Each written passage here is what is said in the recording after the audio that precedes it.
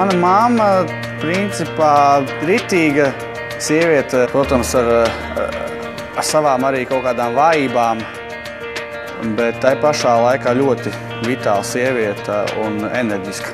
Mana mamma izskatās tāda ar gaišiem blondiem matiem tāda.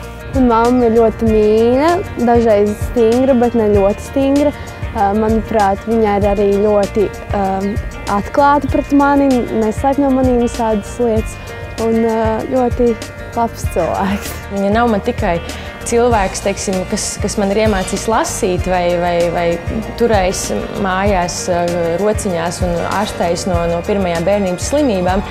Viņa man ir arī personība, ar kuras var aprunāties par kaut kādām ļoti svarīgām man lietām pasaulē. Viņa man ir interesanta kā cilvēks.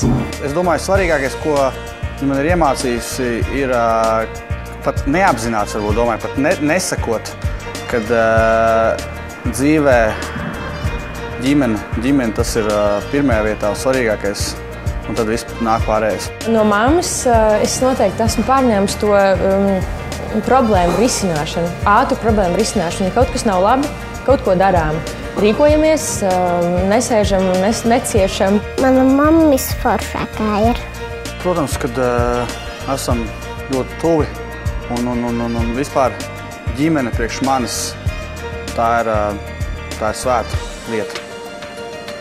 Līdz ar to mamma, tas ir vispār ģimenes kodols vienmēr bijis. Mēs ar mammu neesam tas stāsts, kur mamma ir labākā draudzene. Mēs ar mammu esam attiecībās meita mamma. Mēs Martīnas un pašķiņas un spēlējamies ar tētu un mammu.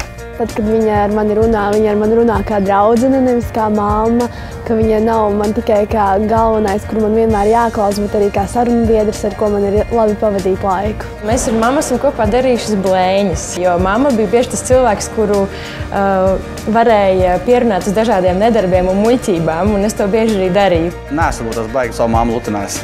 Māmiņa dienā vienreiz es viņu uzaicināju uz pusdienām, mēs aizgājām, un tas bija tāds arī patīkams brīdis pārsteigums, un mēs nekad nebijām tā tomēr kaut kur gājuši divatā. Es visu algu iztērēju dāvanai priekš mammas, jo man ļoti gribējās beidzot pašai kaut ko nopirkt, un tad es viņai nopirku Zofas zābakus, ļoti dārgus, lielus ziemas Zofas zābakus, iztērēju visu, kas man ir.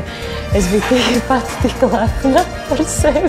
Es ar savu mammu lepojos, viņa man ir kā paraugs, un bez viņas es nebūtu tāds cilvēks, kā esmu tagad. Protams, es ļoti lepojos ar savu mammu. Nav vairs kaut kādi kāpēc.